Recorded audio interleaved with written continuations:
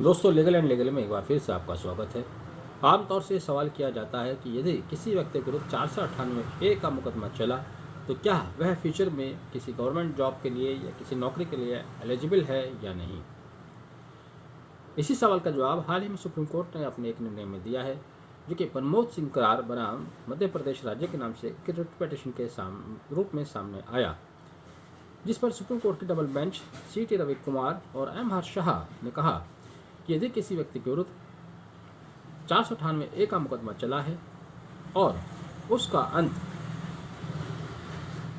Acquittal पर हुआ है, विपक्षकारान के समझौते के आधार पर, तब उस व्यक्ति को किसी गवर्नमेंट जॉब पर जाने से रोका नहीं जा सकता, उसके अपॉइंटमेंट को कैंसिल नहीं किया जा सकता। केस के बैकड्रॉप में जाएं तो आप देखते हैं कि मध्य प्रदेश हाईकोर्ट द्वारा प्रमोद सिंह करार की रिट पिटीशन को यह कहते हुए खारिज कर दिया गया कि चूंकि उनके विरुद्ध क्रिमिनल केस चल चुका है और उस क्रिमिनल केस के एंटीसीडेंट को देखते हुए किसी एम्प्लॉयर को नौकरी देने के लिए कंपेल नहीं किया जा सकता। निर्णय से संतुष्ट नहीं हुए प्रमोद सिंह करार, उन्होंने रिव्यू पिटीशन फाइल की, लेकिन हाई कोर्ट की डिवीजन बेंच ने उनके रिव्यू पिटीशन को भी खारिज कर दिया। उसके बाद ये रिट पिटीशन सुप्रीम कोर्ट के समक्ष आई।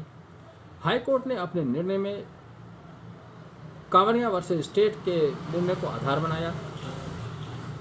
उसी के आधार पर कहा कि प्रमोद सिंह करार जॉब पाने के लिए एलिजिबल होते हुए भी योग्य नहीं है, क्योंकि उनके विरुद्ध 498 ए का केस चल चुका है, ट्राइड किए जा चुके हैं। वहीं सुप्रीम कोर्ट ने इसी निर्णय को, कांवरिया वर्सेस स्टेट वाले निर्णय को एलाबोरेट किया। उन्होंने कहा कि वह केस इस केस से बिल्कुल अलग था। उस केस में मुलजिम को 343 और 323 आईपीसी के तहत सजा हुई थी, कन्विक्शन हुआ था।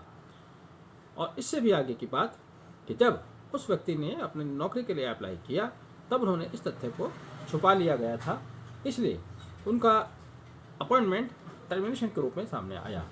लेकिन यहाँ स्थिति वैसी नहीं है। एक तो 498 ए मैट्रिमोनियल डिस्प्यूट, दूसरा वह भी एक्विटल के रूप में ख़त्म हुआ समझौते के आधार पर।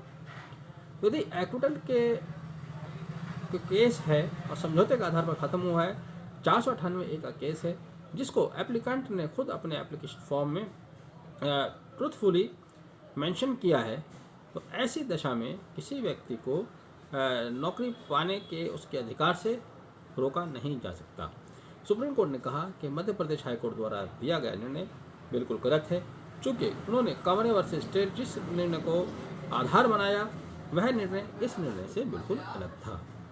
आप देख रहे हैं आजकल परिवारों का टूटना बहुत तेज़ी से बढ़ रहा है, बहुत जल्दी से नए नए परिवार जो बनते हैं टूट जाते हैं।